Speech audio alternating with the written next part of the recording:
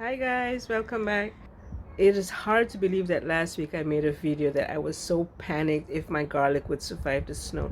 And this week the weather has completely changed and we're getting ready for spring. So I'm getting ready to put some seeds in the ground, and I want to go through with you how to set up a garden journal. A garden journal can make your life so easy. So it is really important that we keep an eye on what we planted and when we planted, and when it's time to harvest what we planted, the care that the plants need.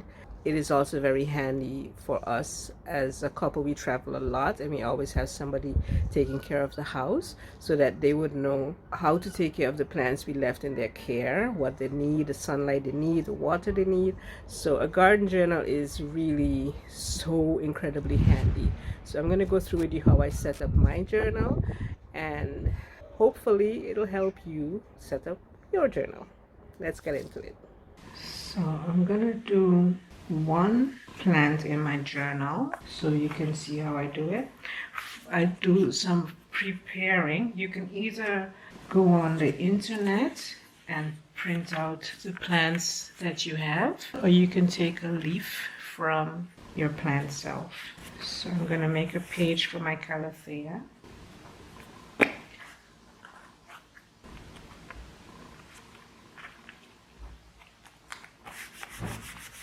I'm also gonna put a leaf because when I close the book it will get dried, and that's what we want. I put the name,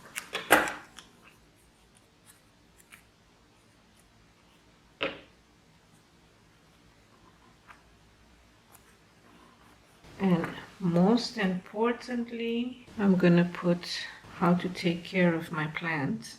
I have a certain amount of things that I put, like for example, does it belong in indirect sunlight or direct sunlight? I can put a bullet point of what kind, how much water it needs. Does it need limited water? I can also put what kind of humidity. Is it high or is it low? And importantly, does it need fertilizer? So then I can either check it off or make notes if it needs certain fertilizers and what fertilizer it needs. So my calathea page looks something like this. I can also put here when I bought it, how high it was, how big it was. So then I get an idea how fast it's growing. I'm gonna do one more. I'm gonna do my Christmas cactus. I really love this plant. It really stays beautiful all year round, but in the winter time, in the Christmas time, it gets really beautiful flowers. I have a white one and a pink one. And I also printed out my Christmas cactus. You don't have to do that. You can just write it, but I like to make my journal a little weird. I can also get a leaf, but the Christmas cactus leaves are very thick and they won't dry very nicely. So I'm just gonna make my bullet points, how to take care of them. I use the same 5 bullet points. You can use more or less if you want. Does it need direct sunlight? Does it need limited water? And so forth and so forth. This is how my page looks for my calathea, and this is my page for my Christmas cactus. I still have to do a lot of filling up and different bullet points and different information that is handy for me.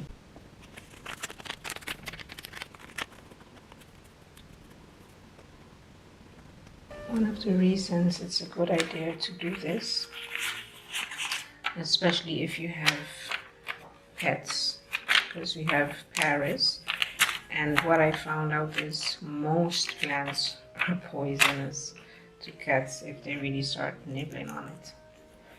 So in the beginning we had to get rid of a lot of plants so that she would not be harmed. And then for my vegetables, I also have a journal entry. For example, here with my leeks, I have the day they were seeded, and then the day that I transplanted, fertilizer used, humidity, water, and for my peppers, the same thing. So really important to keep a garden journal with all the plants in your garden and in your home, so you get an idea of what's going on with them, their growth and their care. So that's it, guys. Don't forget, if you haven't started a garden journal yet and you had no idea, now is the time to start. Keep an eye on your plants inside and outside, your veggies, and happy planting.